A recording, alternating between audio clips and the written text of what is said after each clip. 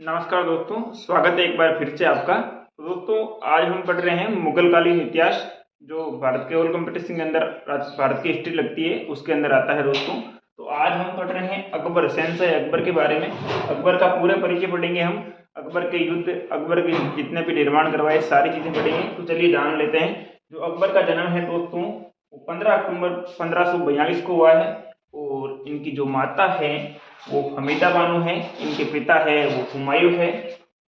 और जो इनके बचपन का नाम है वो है जलाल खां। और इनका जो राज्याभिषेक हुआ है वो 14 फरवरी 1556 को हुआ है। और इनका जो कहाँ हुआ है तो कानूर पंजाब के अंदर हुआ है। मैंने बताया है कि इनका जन्म 15 अक्टूबर 1542 को हुआ है। और इनकी जो माता है वो है हमीदा बानो, इनके जो पिताजी हैं वो है हुमायूं। इनका जो राज्याभिषेक हुआ है वो 14 फरवरी 1556 को कानौर पंजाब के अंदर हुआ है। और जो अकबर के शिक्षक थे यानी कि जो गुरु थे वो थे अब्दुल लतीफ ईरानी। ठीक है दोस्तों। और उनकी जो पत्नी है वो हरकाबाई या जोधाबाई। और जो अकबर द्वारा जो कुछ प्रथाएं हैं उस पर रोक लगाई गई, जैसे दास प्रथा पर रोक लगाई 1562 में। और जो तीर्थ यात्रा कर समाप्त किया था वो 1563 के अंदर। और जो जजिया कर समाप्त किया था वो 1564 के अंदर समाप्त किया था। और जो 1556 से 1560 तक जो संरक्षक रहे यानी कि जो रक्षक रहे अकबर के, वो रहे थे बैरम खां। और 1560 से 1562 तक जो रक्षक रहे वो रहे थे महामंगा, जिसे कहते हैं हम पेटीकोट का शासन। यानी कि अकबर का शासन कौन सा शासन कहलाता है? पेटीकोट का शासन भी कहलाता है। तो इनके पुत्र हैं वो है जहांगीर। तो चलिए दोस्तों अगली स्लाइड में और देखते हैं। हाँ, तो देखिए दोस्तों, जो अकबर हैं वो पानीपत का द्वितीय युद्ध लड़ेगा। और पानीपत का द्वितीय युद्ध लड़ेगा दोस्तों 1556 के अंदर, यानी कि 5 नवंबर 1556 को अकबर हैं वो द्वितीय युद्ध लड़ेगा पानीपत का। और इसके अंदर जो अकबर और हेमू के बीच ये युद्ध होगा। और ये इस युद्ध के अंदर दोस्तों जो विजय होगी वो होगी अपने अकबर की। ठीक है दोस्तों। इसके बाद जो युद्ध होगा वो होगा हल्दी घाटी का युद्ध, वो 18 जून 1576 को होगा। अकबर और महाराणा प्रताप के बीच होगा। गोपीनाथ शर्मा के अनुसार ये युद्ध है वो निर्णायक रहा, क्योंकि जो हल्दी घाटी का युद्ध आता है उसके बारे में कहा जाता है कि ये युद्ध निर्णायक रहा। और जो एनसीईआरटी है, एनसीईआरटी वो कह रही है कि महाराणा प्रताप की विजय हुई। ठीक है दोस्तों, मैंने आपको दोनों बता दिया है। और जो इस युद्ध के अंदर जो अकबर के सेनापति थे वो एक तो थे मान सिंह और एक आसफ खां। और तो दोस्तों महाराणा प्रताप के सेनापति थे वो थे हकीम का सूरी, जो एकमात्र मुस्लिम सेनापति हैं। और अब मैं बात कर रहा हूँ, ये दो युद्ध हो गए। अब मैं बात कर रहा हूँ अकबर द्वारा एक धर्म चलाया गया दीन ए इलाही, यानी कि दोस्तों अकबर ने एक धर्म की स्थापना की है दीन ए इलाही। इसका जो प्रधान पुरोहित है वो अकबर खुद हैं, अकबर खुद हैं। और इसको जो ग्रहण करने वाला प्रथम हिंदू राजा है वो था बीरबल। यानी कि दोस्तों ये धर्म किसने ग्रहण किया है?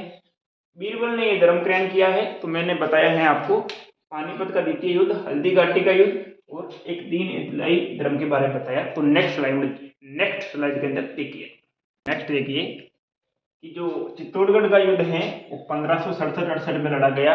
और इसमें जो विजय हुई थी वो अकबर की हुई थी। और ये अकबर और महाराणा उदय सिंह के बीच लड़ा गया था। इस युद्ध में दोस्तों उदय सिंह ने भाग नहीं लिया था। उदय सिंह छोड़कर डूंगरपुर चले गए थे इस युद्ध को। और उनके सेनापति जयमल राठौड़ और फत्ता ने इसके अंदर केसरिया किया था। और जो जौहर है वो फूल कंवर ने किया था। और इसके बाद दोस्तों अकबर ने गुजरात पर आक्रमण किया था, वो किया था 1572-73 के अंदर। और इसके अंदर जो विजय हुई थी वो अकबर की हुई थी। और इस विजय के उपलक्ष्य में दोस्तों अकबर ने बुलंद दरवाजे का निर्माण करवाया फतेहपुर में। यानी कि चित्तौड़गढ़ का युद्ध 1567-68 में हुआ था। और जो गुजरात पर आक्रमण है वो 1572-73 में हुआ है। और बुलंद दरवाजे का निर्माण करवाया है। हाँ, तो देखिए दोस्तों, जो अकबर के दरबार में रहने वाले हैं वो अकबर के दरबार में 9 रत्न रहते थे। इनके नाम पूछे जा सकते हैं, एग्जाम की दृष्टि से इंपॉर्टेंट है। इनके नाम क्या क्या है? एक तो था अबुल फजल, एक था फैजी, एक था मियाँ तानसेन, एक था बीरबल, एक था टोडरमल। और जो 7 नंबर पर है वो है अब्दुल रहीम ए खान खाना। और 8 नंबर पर है फकीर अजीउद्दीन। और जो 9 नंबर पर है मुल्ला दो प्याजा। ये थी दोस्तों अकबर के 9 रत्न। तो एग्जाम की दृष्टि से इंपॉर्टेंट है, क्वेश्चन देगा 9 रत्न में से। और जो अबुल फजल हैं उन्होंने दोस्तों अकबरनामा ग्रंथ लिखा है। अबुल फजल हैं, उसने अकबरनामा ग्रंथ की रचना की है। और जो संगीत सम्राट हमारे मियाँ तानसेन हैं, उनका जन्म 1506 ईस्वी ग्वालियर में हुआ है, ब्राह्मण परिवार में हुआ है दोस्तों। और इनका असली नाम है रामतेनु पांड्या, क्योंकि ये ब्राह्मण है तो पांड्या तो लगेगा पीछे, तो रामतेनु पांड्या। अकबर का जो संगीतकार मियाँ तानसेन था। जो अकबर ने दोस्तों इसको कंठाभरण वाणी विलास की उपाधि से नवाजा, किसको?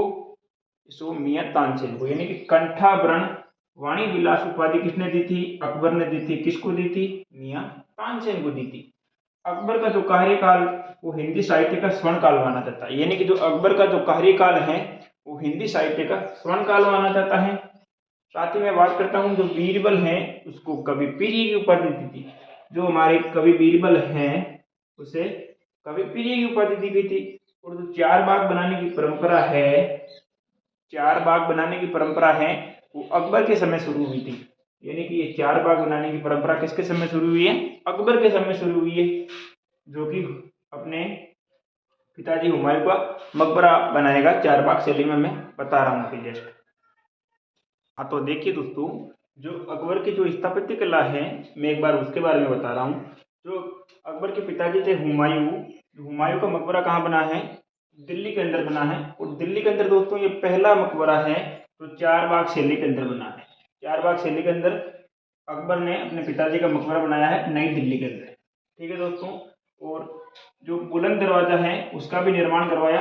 और ये निर्माण कब करवाया? जो जब गुजरात पर आक्रमण किया था 1572-73 के अंदर, तब फतेहपुर सीकरी के अंदर बुलंद दरवाजे का निर्माण करवाया। अकबर का किला बनवाया। अकबर का किला कहाँ बनवाया? अजमेर के अंदर। अजमेर के अंदर अकबर का किला बनवाया। किसने? अकबर ने खुद ने। और आगरा का किला बनवाया। आगरा का किला कहाँ बनवाया? आगरा के अंदर। कब बनाया? 1565 ईस्वी के अंदर। इसे अकबर, जो आगरा का लाल किला है वो अकबर ने बनवाया। लाहौर का किला, लाहौर का किला भी किसने बनवाया? अकबर ने। इलाहाबाद का किला यह भी किसने बनवाया? अकबर ने। और जो बीरबल था, बीरबल, उसका महल भी किसने बनवाया था? अकबर ने बनवाया था। जोधाबाई का महल, अकबर की पत्नी कौन थी? हरकाबाई या जोधाबाई, इसका महल भी किसने बनवाया? अकबर ने बनवाया। अब मैं बात करता हूं जो अकबर थे, इनका जो अंतिम अभियान है या अंतिम युद्ध है वो 1601 ईस्वी का है, वो असीरगढ़ जो अंतिम अभियान रहा। अकबर का जो प्रसिद्ध चित्रकार है उसके बारे में भी एग्जाम में पूछा जाता है, वो है अब्दुल समेद, यानी कि अब्दुल समेद है वो अकबर का प्रसिद्ध चित्रकार है। अकबर ने एक प्रथा शुरू की थी मनसबदारी। मनसबदारी प्रथा की शुरुआत किसने की थी? अकबर ने की थी।